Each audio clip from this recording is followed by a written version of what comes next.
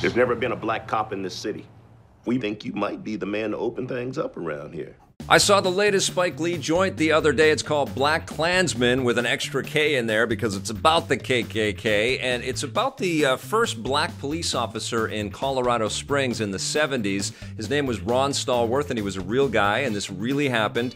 But I think a lot of this movie was probably embellished or fictionalized in a way. It's certainly an entertaining picture, I will tell you that. But Ron Stallworth is played by a terrific actor, John David Washington. He's terrific. He lights up the screen. I can dig it. I can dig it. So not only does he become a police officer and he's sent into the records room and he sort of deals with the, innate racism that's already part of the police station, but he has this ambition to be more, so he goes in and says, I want to be a detective, and that leads to Ron Stallworth just one day reading a newspaper and saying, I want to find out more about the Ku Klux Klan, and he calls the number of the Ku Klux Klan sort of sign-up committee or whatever and starts talking to one of the members and finds himself being indoctrinated and basically becoming an undercover Ku Klux Klan guy. He's a black guy sort of invading the world of the Ku Klux Klan. What can I do you for? Well, since you asked, I hate blacks.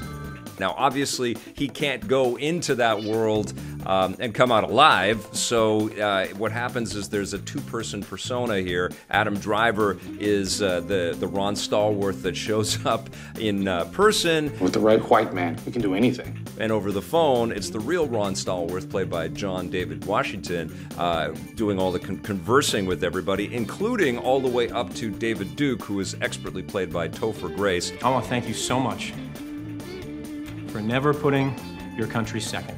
All of these white supremacist and Ku Klux Klan folks in here are just so creepy. All of the actors do a phenomenal job of spewing the hate and spewing all of the gross stuff about it. They're all planning their cross burnings and stuff. And all the while, Adam Driver, who is a Jewish guy, and Ron Stallworth are completely in their world and listening in. There's some suspicions and there's the real tension that starts to happen, even though there's a lot of comedy and banter, and there's a really nice script in here. There is this overwhelming sense of dread, like something awful is going to happen all the way through. And it's, honestly, it's because you're seeing all of this hatred personified on screen. The true white American race, the backbone from whence came our great Southern heritage.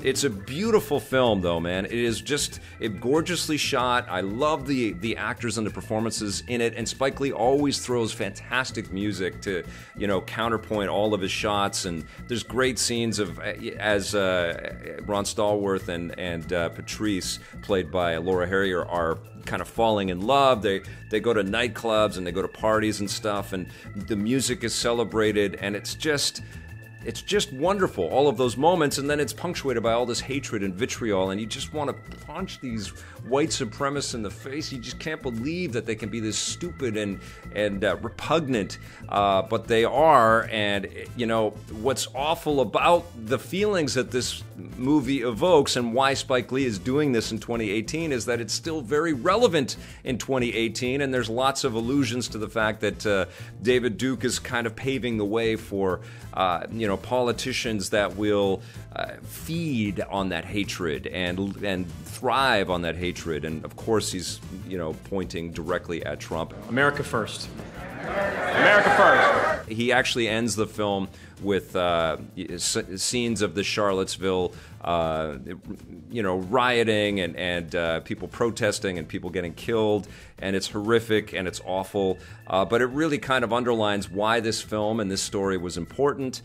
There's lots of twists and turns. It kind of reminded me of the way Spielberg kind of approached Catch Me If You Can, that sort of period style.